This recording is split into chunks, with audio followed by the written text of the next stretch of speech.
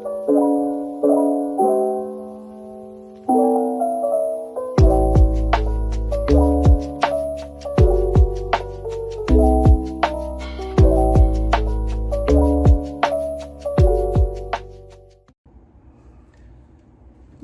morning, good morning, good morning, you guys. Good morning from post Dragoncon 2025.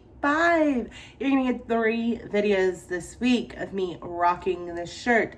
Why? I'm got a lot of content to get out there. We're gonna break it down into 3 videos. We're gonna do a Dragoncon review. We're going to do a Dragoncon haul of all of the shit that I bought. Well, a good amount of the shit. Some of it is no longer in my possession, bought as gifts, but most of the shit that I bought.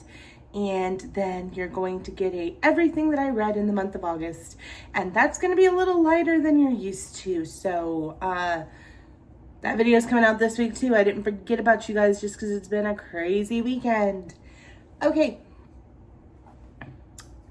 Dragoncon. Let's focus on the 2 Dragoncon videos I wish to get out this week.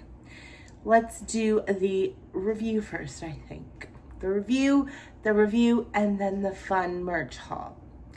I watched so many Dragoncon videos on YouTube before I went. Mostly because I had absolutely no idea what to expect. I have never been to a con before, of any kind, of any shape, of any form, of anything.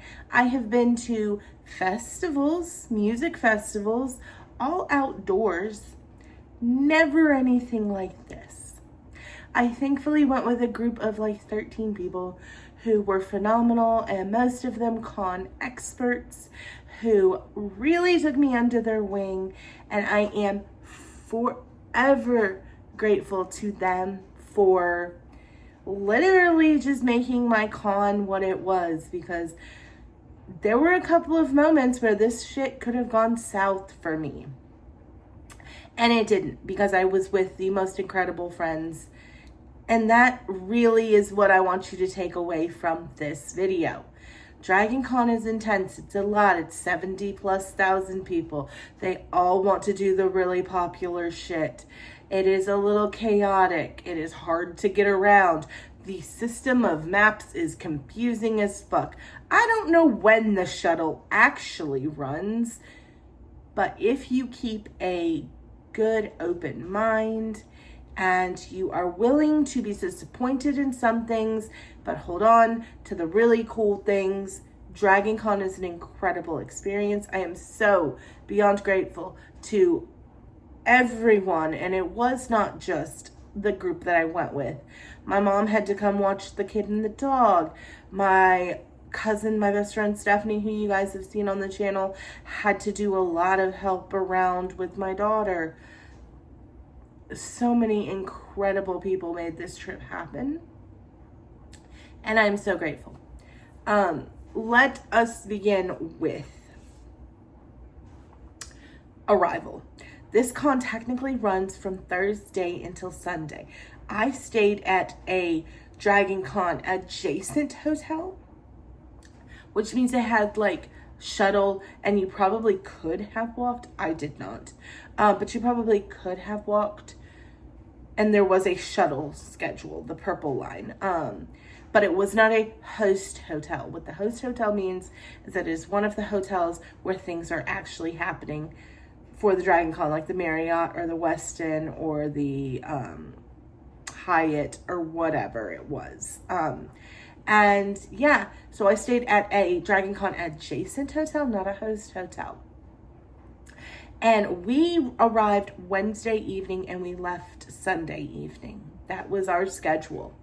And shit really kicks off on Thursday. So we got into Atlanta on Wednesday evening.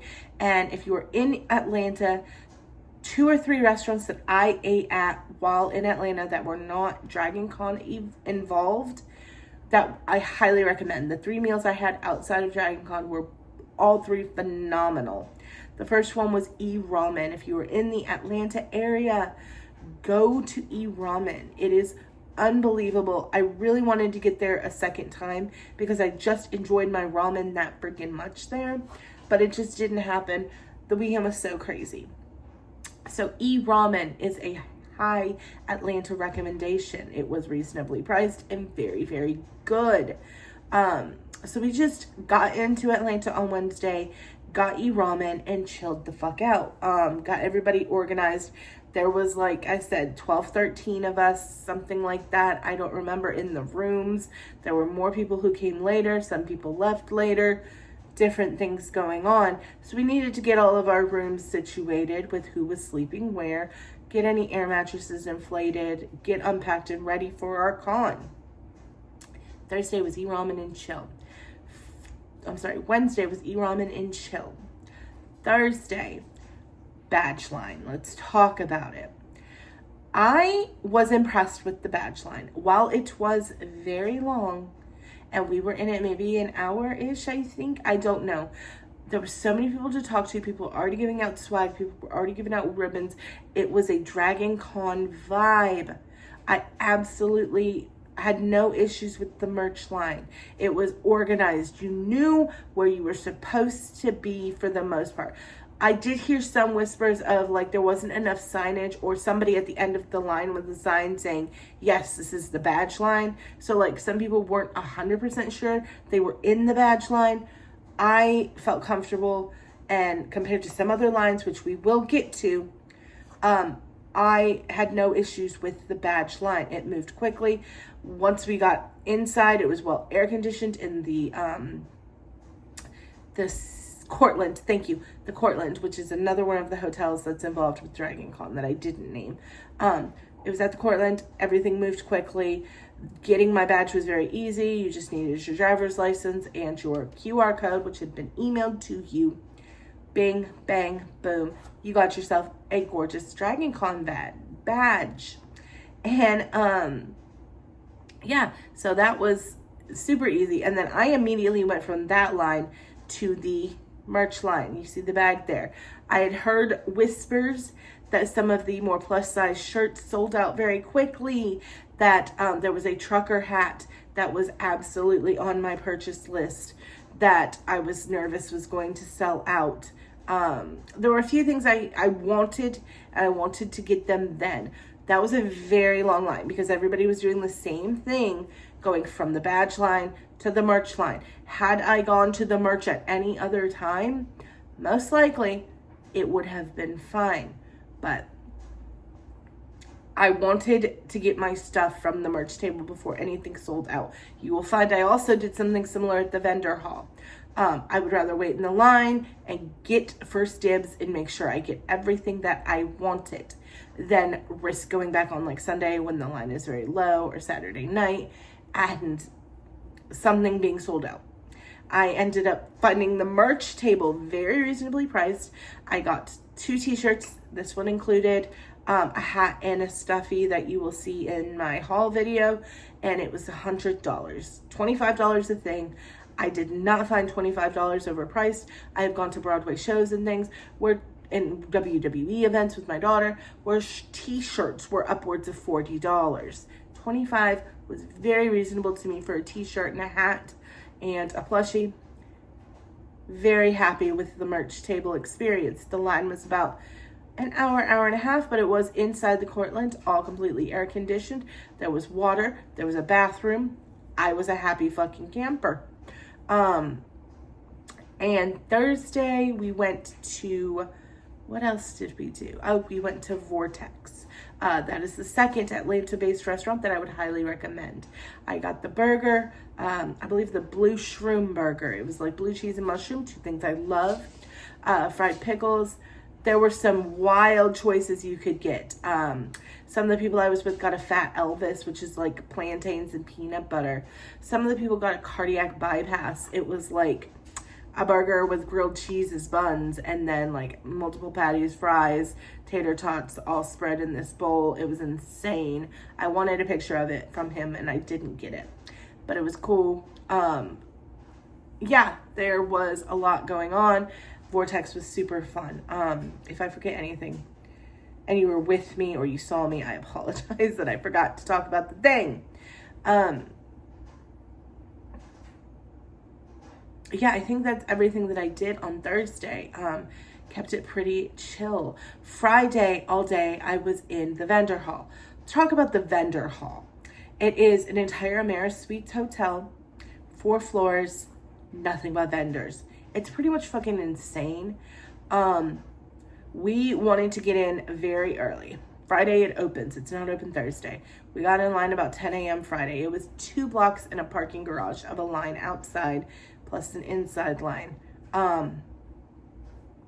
It did move very quickly. We were only in it for an hour despite the fact that it was long. I will tell you the terrain was treacherous. The uphill was a lot. If you have any sort of issues walking straight uphill, I don't know what to tell you as far as Dragoncon goes. A ADA, like disability pass, may help. I did not have one. One person in my party had one.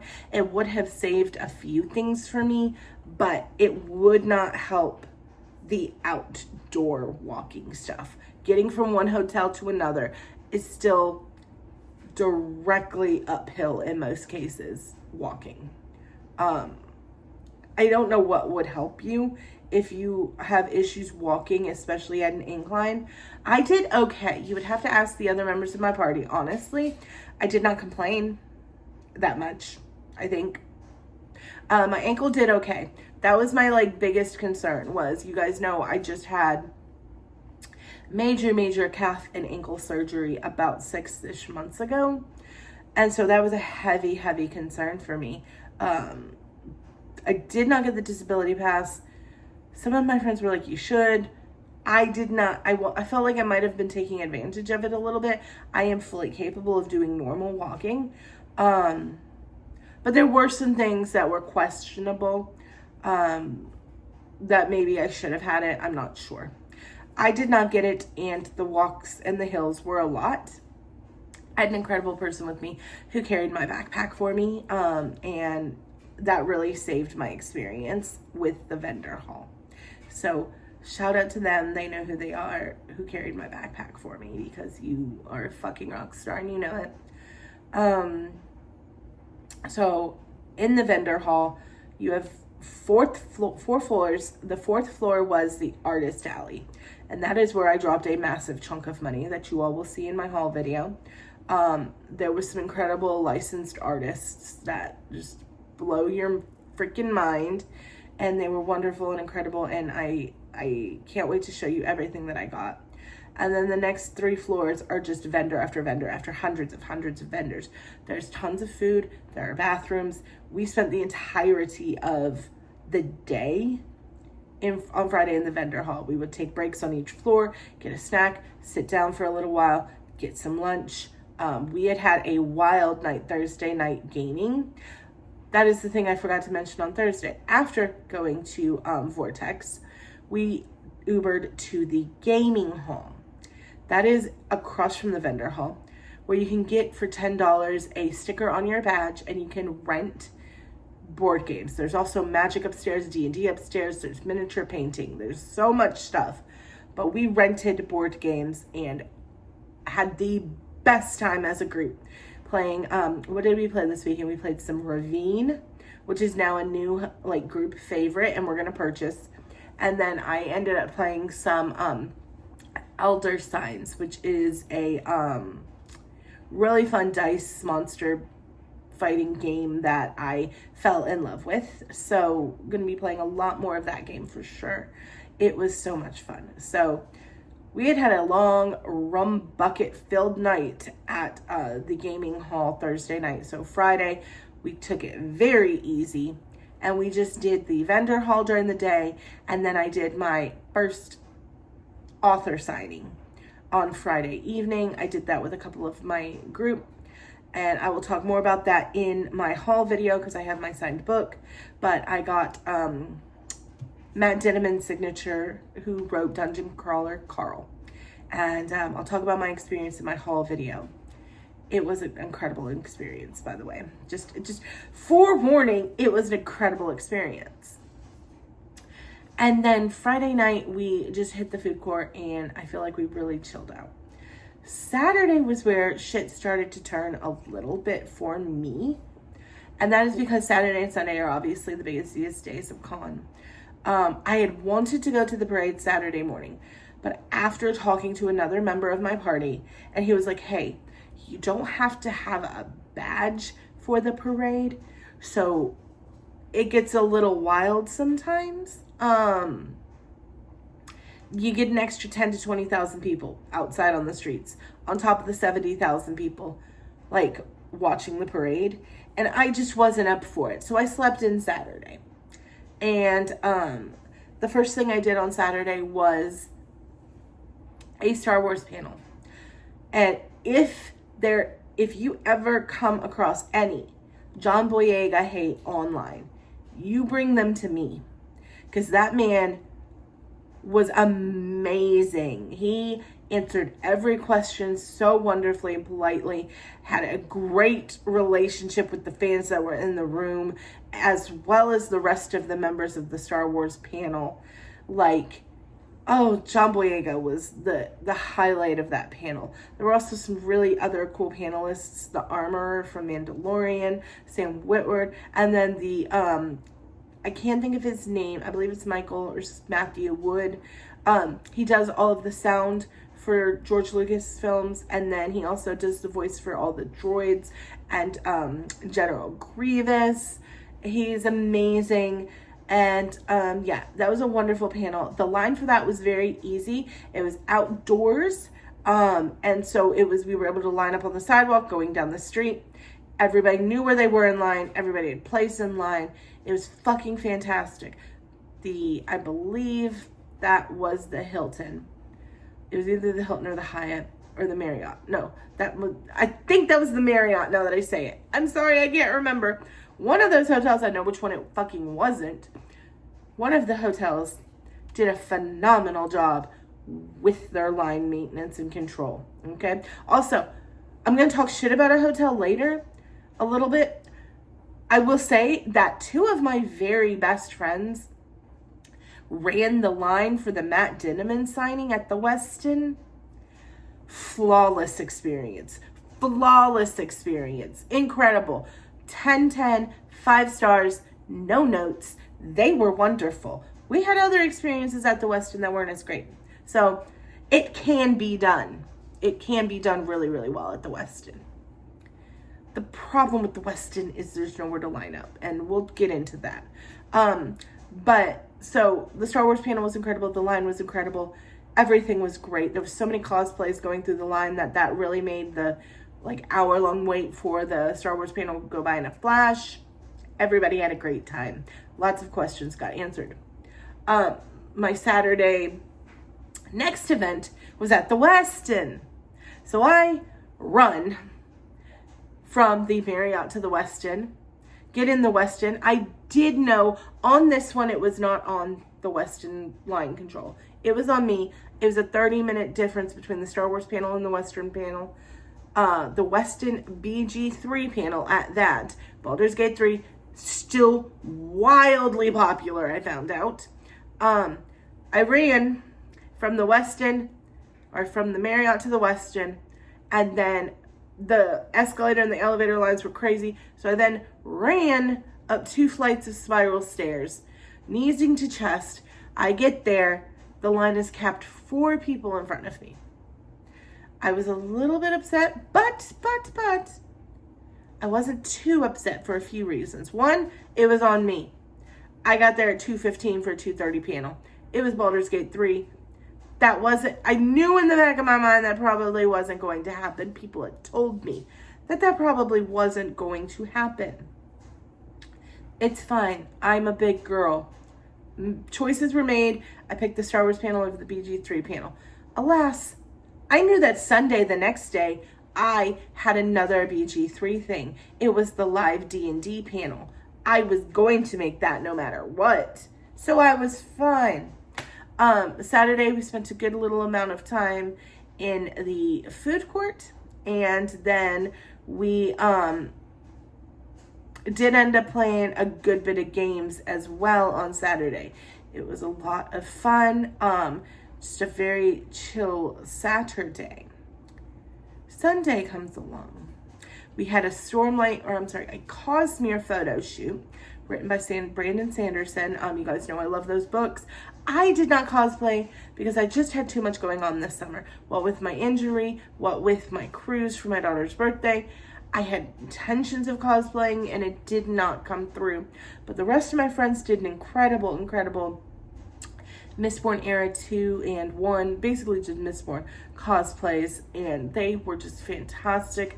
We had the best time. I saw a Vasher in Nightblood that blew my mind. It was absolutely incredible. They were just wonderful. I got so many good pictures with the Vasher. And yeah, so that was a 10 out of 10 experience at the Cosmere photo shoot. There were so many cool cosplays. I went immediately from that Cosmere photo shoot, despite the fact that it was extremely early. It was 10:30, and the next BG3 panel, the one I wanted to do the most all weekend because it was a live D&D one-shot, was at 1. I arrived at the Westin at 11:15. So much fucking time early, only for it to go so horribly. I have repeated this story so many times over the weekend. I don't want to repeat it another time, and I don't want to shit on the people who work the lines at the Westin. I have since talked to somebody who made me feel better about the situation. But due to horrendous mismanagement of a line, hundreds of people not knowing where they were supposed to be or where they were supposed to go, I did not make it into the D&D BG3 panel. That was my own choice. I will say, I do not know if I would have made it in had I stayed until 1 o'clock. But after an hour and 15 minutes of absolute chaos, pushing, shoving, a dangerous escalator ride with hundreds of people where there was jostling and stumbling, I no longer felt safe. So I made the decision about 45 minutes or 30 minutes before the panel, before we were to go in and see if we were even going to get a seat, because nobody knew where the line started or ended, to just leave and go back to the hotel, because I no longer, after a treacherous escalator ride with angry people, because nobody knew what was going on. So the crowd will turn on you quickly if they feel like there's a chance that they've been waiting hours for nothing and we don't know what the fuck is about to happen. I chose my sanity, safety, and mental health and left. And that was the end of my con. And so for a very brief time, I was scared that my con was going to be ruined, because the last experience I had left a horrible taste in my mouth, as well as missing both Baldur's Gate 3 panels that were priorities for me for this con. The biggest reason I really went to the con, I am not the nerdiest person as far as video games and movies and things like that. I don't know all of it. I don't keep up with all of it. I'm more of a book nerd. So Baldur's Gate 3 was really my niche in this con. Star Wars 2. Okay, I love Star Wars 2. But Baldur's Gate 3 is my current niche. And I missed the Andor panel to try to make it to the first Baldur's Gate 3 panel. And them having the Baldur's Gate 3 things in the Westin was a giant mistake. And I did talk to somebody who can do something about it. So maybe next year there will be a better experience, because unfortunately the Westin, particularly Peachtree Ballroom, does not have room for hundreds of people to line up. It just doesn't. Whereas the Marriott or the Hyatt, there's space to do this thing. There was not there. It is on the 8th floor. And you can't line hundreds of people up and block elevators and escalators and things. You can't do it. So I felt for the employees, because they didn't know what the fuck to do. And yeah, I did not let that, however, ruin my con experience. I ended up going back to the hotel, hanging out with friends and things. I ended up getting my third amazing Atlanta meal, which was at the Peri Peri restaurant. I think it's just called the Peri Peri House or something like that. And we got chicken and fries, and it was incredible. It was just like a Nando's. It's downtown by the Hyatt Home, I believe is the name of the hotel. It's right by. It's by also Johnny Rockets Burgers. It's right next door to the Johnny Rockets Burgers in downtown Atlanta. And so, yeah, absolute saved the day. My friends are incredible. The people around me are incredible. And they really saved the day. I was able to then travel home and have fun. We went to a crazy Cracker Barrel experience that will be a French group story for years to come. And yeah, my Dragoncon experience was overall really, really good. Out of 5 stars, I would still give Dragoncon a 4-star experience. Even, and if you would have talked to me yesterday at like noon, you'd be like, there's no freaking way. You're going to give this like 2 stars. But it's what you make it, and it's what you take from it, guys. I know so many people who have gone to Dragoncon and loved it. And I know so many people who have gone to Dragoncon and been like, never the fuck again. And yeah, it was just a wonderful experience. It was so much freaking fun.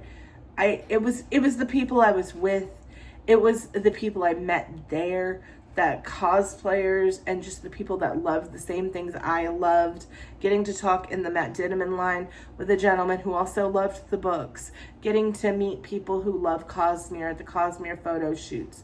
Being in a room with Star Wars nerds who like were really legitimately excited for the panel people that were there, even though none of the massive names were there. These people knew these people who do sound and, you know, voice acting and things like that. It was a great experience. 10/10 would do it again. I will not be going next year, I don't think, but another year, absolutely. Yeah, I give it 4 out of 5 stars. The only thing I would leave with is the Westin specifically needs to figure out their crowd control or the con is growing, and there are certain things that are incredibly, incredibly popular. So they've got to figure that out. Maybe move the Baldur's Gate stuff to a different hotel, or maybe move it to somewhere on the main floor if they've got the space for it, so that you can do like the Star Wars panel did and start your line outside going up the sidewalk. That way there's an actual line for people. Yeah, I really still had a wonderful con, and the people made it wonderful around me. So yeah, this has been a 30-minute video on Dragoncon, and if you're still here, thanks so much. I really appreciate you. I had a wonderful con, 4 out of 5 stars. And yeah, stay tuned for my merch haul because it's big. So yeah, I'm excited about that. Bye, y'all.